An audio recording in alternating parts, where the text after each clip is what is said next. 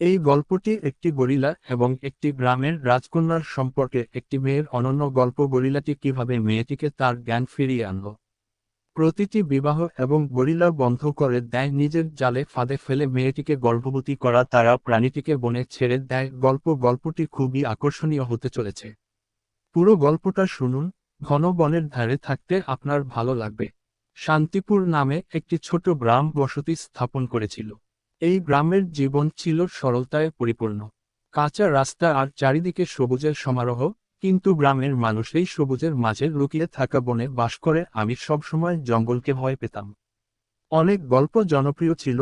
কেউ কেউ বলেছিলেন যে যদি সেখানে ভূত এবং আত্মা বাস করে, তাহলে কেউ কেউ বলে যে তারা বন্য পশুরা অনেক গ্রামবাসীকে খেয়ে ফেলেছে। গ্রামের শিশুদের ভৌতিক গল্পগুলো তারা করত বয়স্করা সহ সকলের ভয়ে ভরা ছিল। এক গ্রামের প্রধান ছিলেন যাকে সবাই পঞ্চু কাকা বলে ডাকত। তিনি এই গল্পগুলো অতিরঞ্জিতভাবে বলতেন। সে গ্রামবাসীদের বনে যেতে বাধা দেয়, জঙ্গলে গেলে আর কখনো ফিরে আসবে না। তুমি সেখানে আসবে, সেখানে কেবল মৃত্যু আছে। কিন্তু এই ভয় ছাড়াই তবুও একটা মেয়ে ছিল যে বন সম্পর্কে জানত। সে সবসময় কৌতূহলী ছিল। তার নাম ছিল রাধা। 18। রাধা গ্রামের অন্যান্য মেয়েদের থেকে আলাদা। যেখানে বাকি মেয়েরা ঘরের কাজে ব্যস্ত ছিল, রাধা ঘন্টার পর ঘন্টা বনের দিকে তাকিয়ে থাকত। ছোটবেলা থেকে রাধার প্রশ্ন জিজ্ঞাসা করার অভ্যাস ছিল। তার মা প্রায়ই বলতেন যে রাধা আরো বেশি প্রশ্ন জিজ্ঞাসা করো না এবং মেয়েদের খুব বেশি ভাবতে বাধ্য করো না।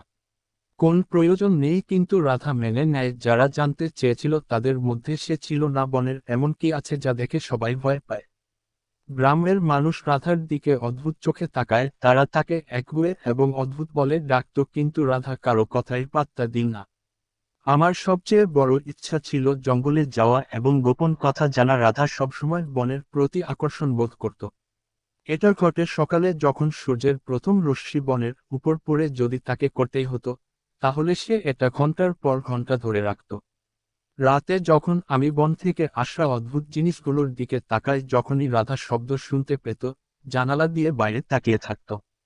আর ভাবছি এই শব্দগুলো কি পশুদের শব্দ, অথবা এমন কিছু যা সে প্রায়শই তার সেরা বন্ধুকে বলে। সে মিনাকে বলে যে একদিন আমি তোমাকে সেই জঙ্গলে দেখতে পাবো। আমি যাব। মিনা ভয়ে বলল, রাগ করো না। রাধা, পঞ্চু কাকা বলেছেন যে সেখানে ভূত আছে। রাধা হেসে উত্তর দেয়, ভূতরা ভূত ছাড়া আর কিছুই নয়। তারা কেবল আমাদের ভয় দেখানোর জন্যই আছে। গল্প আছে যে একদিন গ্রামে একটা সভা হয়েছিল। পঞ্চু কাকা আমাদের গ্রাম সম্পর্কে ঘোষণা করলেন, জঙ্গল থেকে মুক্ত হলেই কেবল শান্তি বজায় রাখা সম্ভব। যে কেউ দূরে থাকে তাকে সেখানে যেতে দেওয়া হবে না। রাধা সাহস সঞ্চয় করে বলল, কিন্তু আমরা কিভাবে জানি যে বনটি আসলে আমরা সেখানে না পৌঁছানো পর্যন্ত কি এটা বিপজ্জনক নাকি? গ্রামবাসীরা অবাক হয়ে তার দিকে তাকালো। একজন বৃদ্ধ বললেন যে মেয়েটি অনেক বড়, বড়রা এটাই বলে, আমাদের চ্যালেঞ্জ করো না। রাধা চুপ করে রইল, কিন্তু সে তার মন স্থির করে ফেলেছিল। রাধা, গত রাতে সে অবশ্যই বনে যাবে।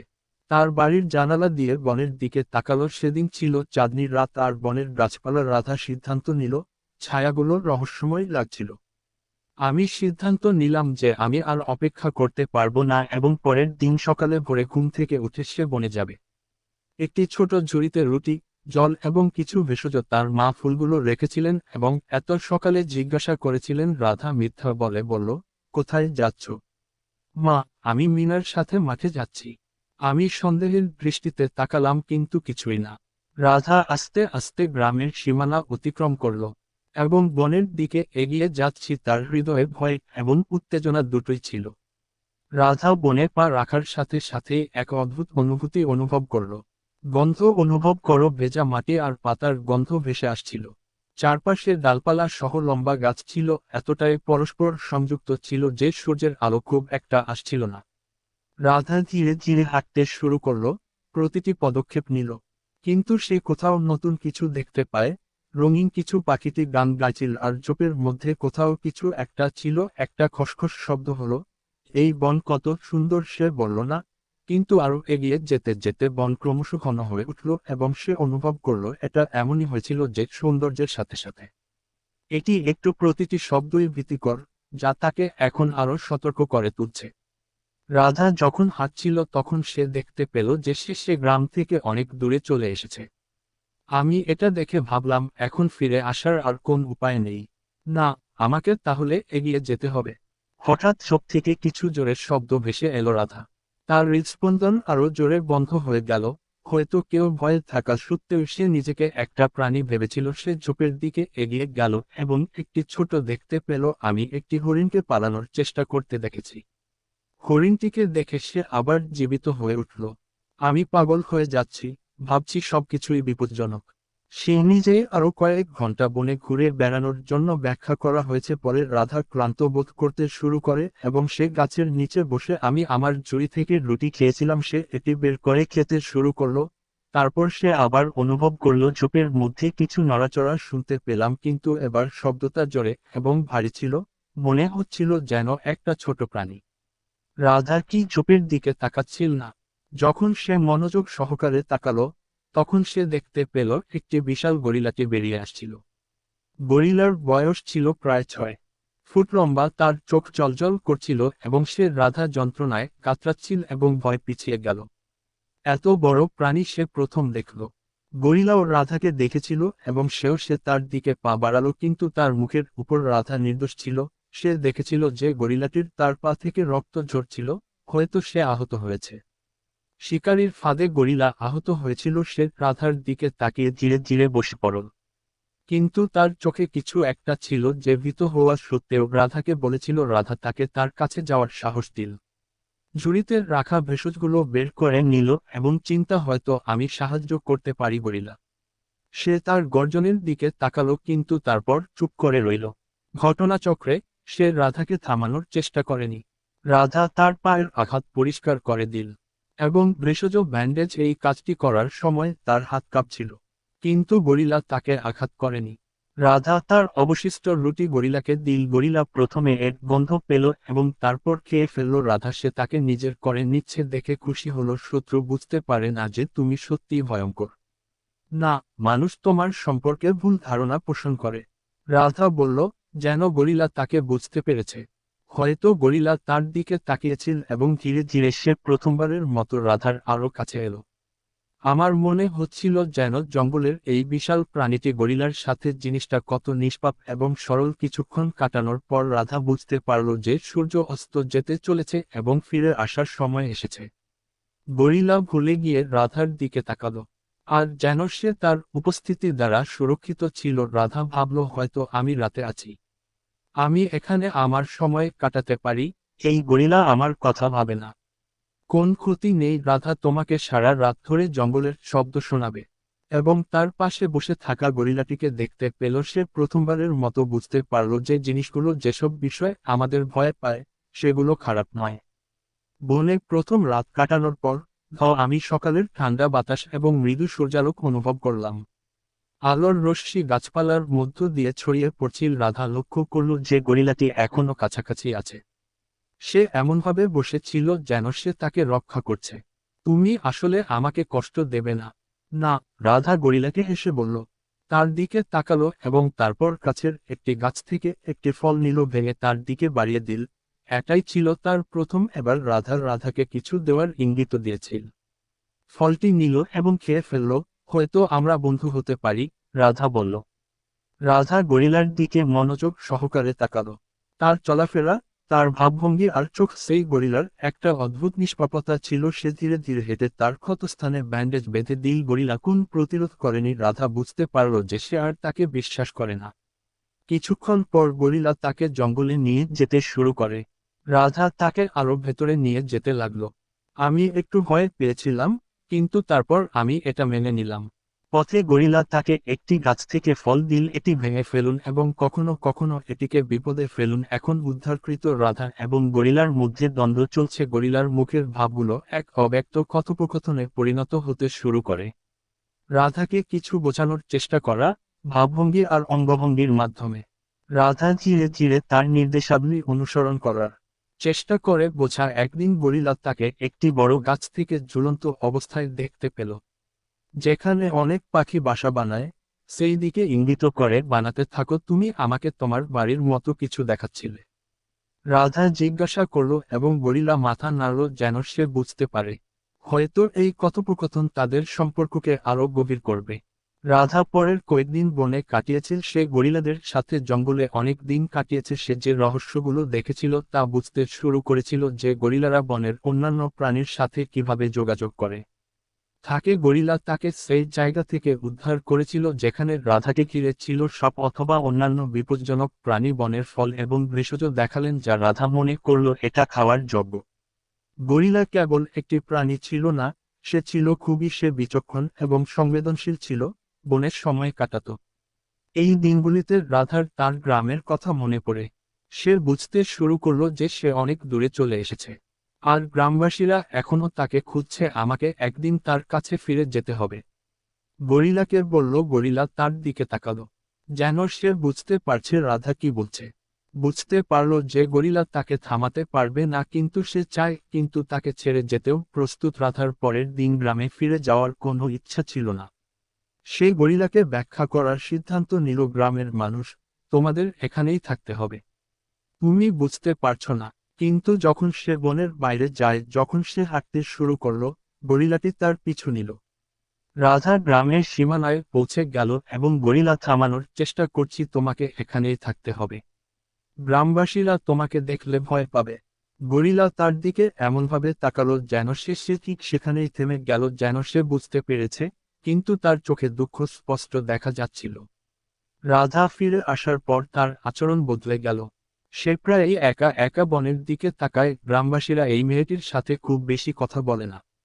পরিবর্তনটি লক্ষ্য করা মনে হচ্ছে রাধা ঠিক মনের নেই। বৃদ্ধা বললেন, পঞ্চু কাকা আরও বললেন যে এই মেয়েটি জঙ্গলে গিয়েছিল। রাধার সাথে অবশ্যই কিছু একটা সমস্যা ছিল। বাবা মা তাকে আরও জিজ্ঞাসা করলেন, তুমি কি জঙ্গলে যাচ্ছ? আমি কি দেখতে গিয়েছিলাম, ওখানে কি হয়েছে? রাধা সে শুধু কিছু বলল না, মা আমি ঠিক আছি। কিন্তু তার চোখে লুকানো রহস্য সবার কাছ থেকে লুকানো। জঙ্গলের গরিলাও রাধাকে বিরক্ত করছিল। সে রাধার গন্ধের কথা মনে করছিল। এটা বুঝতে পেরে ধীরে ধীরে আমরা গ্রামের সীমানায় পৌঁছে গেলাম। পৌঁছেছে একদিন গ্রামের কিছু ছেলে রাজাকে বলল, আমি বনের কাছে এটি দেখে ভয় গ্রামে এসেছি। সে বলল, বন থেকে একটা বড় প্রাণী গ্রামের দিকে আসছে। এই কথা শুনে গ্রামে তোলপাড় শুরু হয়ে গেল। পঞ্চু কাকা তৎক্ষণাৎ ঘোষণা করলেন যে এটি কোনো সাধারণ প্রাণী নয়, এটি জঙ্গলের একটি বিপর্যয়। কে আমাদের গ্রামের ক্ষতি করতে এসেছে, আমাদের এটা শেষ করতে হবে। এটা নিশ্চয়ই তখনই হয়েছিল যখন রাধা গ্রামবাসীদের কথা শুনেছিল। তাই সে ভয় পেয়ে গেল। সে বুঝতে পারল যে গ্রামের রাজা, সে তার হত্যার পরিকল্পনা করছে। বাবা মাকে বলেছিলাম সেই প্রাণীটিকে থামাতে, কারো কোন ক্ষতি নেই। মা রাগ করে বললেন, তুমি চুপ করে আছো, দাঁড়াও, এটা বড় বড় লোকের কাজ, তুমি কিছু পরোয়া করো না। ঠিকানা রাধা তার বন্ধু মিনার কাছে সাহায্য চেয়েছিল। মিনা, আমাকে জঙ্গলে যেতে হবে, আমাকে তাকে বাঁচাতে হবে। মিনা ভয়ে বলল, তুমি রাগ করেছ রাধা, যদি গ্রামবাসীরা জানতে পারে যে তুমি তার পক্ষে আছো, যদি হ্যাঁ হয় তাহলে তারা তোমাকে বলবেও না।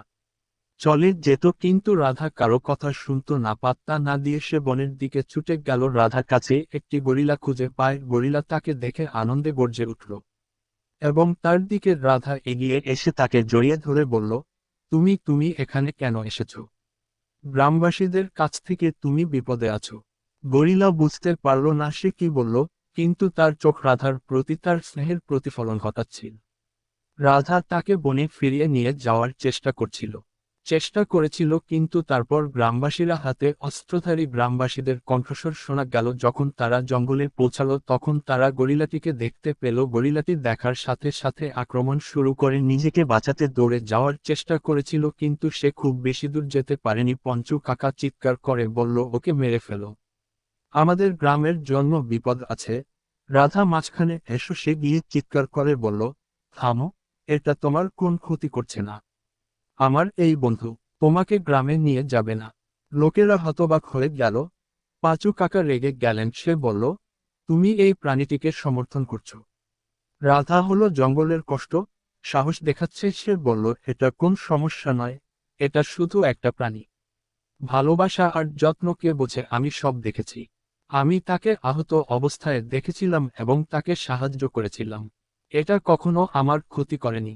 গ্রামবাসীরা প্রথমে রাধার বার্তা পৌঁছে দেবে মেনে নিতে রাজি ছিল না, তারা গরিলাটিকে ঘিরে ফেলেছিল, কিন্তু গরিলা কাউকে আক্রমণ করেনি। রাধার সাথে শান্ত হাঁটা এবং দৃশ্য দেখা কিছু গ্রামবাসী বলল, হয়তো এটা সত্যি খারাপ না, কিন্তু পঞ্চু কাকা তার শক্তি দেখিয়েছেন। চ্যালেঞ্জ অনুভব করলে সে গ্রামটি চায়নি। সে রাধার কথা শুনল এবং চুপচাপ লোকদের দিকে ইশারা করে বলল, এটা জঙ্গলের বাইরে, বের করে নাও, এখানে বিপদ।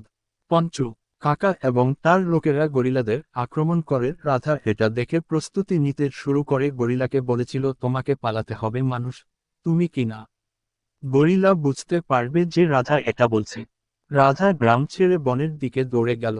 আমি তাদের থামানোর জন্য অনেক চেষ্টা করেছি, কিন্তু পঞ্চু কাকার জেদের কাছে সে নতি স্বীকার করল। গরিলা জঙ্গলে পালিয়ে গেল, কিন্তু রাধার চলে যাওয়া সহজ ছিল না। দূর থেকে তাকে যেতে দেখেছিল এবং তার চোখ দিয়ে অশ্রু ঝরতে লাগলো। সে মনে মনে ভাবল, আমি আবার দেখা হবে, এটাই প্রতিশ্রুতি। ভেবেছিল যে তারা বিপদ এড়িয়ে গেছে, কিন্তু রাধা জানতেন যে রাজা কখনোই গরিলা তাদের জন্য কোনো হুমকি ছিল না। জঙ্গলে পালিয়ে যাওয়ার পর রাধার জীবন শূন্যতা এসে গেল। সে প্রতিদিন বনের দিকে সে আশা করেছিল যে রাজা আবার ফিরে আসবেন। সে তার বাবা মায়ের সাথে কথা বলা বন্ধ করে দিয়েছে, আর তার চোখে গ্রামবাসীদের সাথে তার দূরত্ব ছিল। দুঃখ সবসময়ই দৃশ্যমান ছিল। একদিন মিনা তাকে বলল, রাধা বলল, তুমি কেন এভাবে বাঁচছ? ও তো একটা পশু ছিল, ভুলে যাও ওকে, নিচু স্বরে বলল রাধা। আমি বলেছিলাম সে শুধু একটা প্রাণী ছিল না, সে আমার ছিল। সে আমার সবকিছু ছিল। যখন অন্য কেউ বুঝতে পারেনি তখন সে আমাকে বুঝতে পেরেছিল। আমি ভেবেছিলাম গরিলা আমার সবকিছু হয়ে গেছে। বন্ধুরা, ওর বাচ্চা এখন আমার গর্বে। পরবর্তী গল্পের দ্বিতীয় অংশ পেতে চ্যানেলকে और अगर तुम लोग नए हो সাবস্ক্রাইব तो করবেন। सब्सक्राइब करो, वो जो लाल वाला बटन है उस पर फूट फेंक के मारो या फिर मोमबत्ती, मुझे नहीं पता, बस क्लिक हो जाना चाहिए।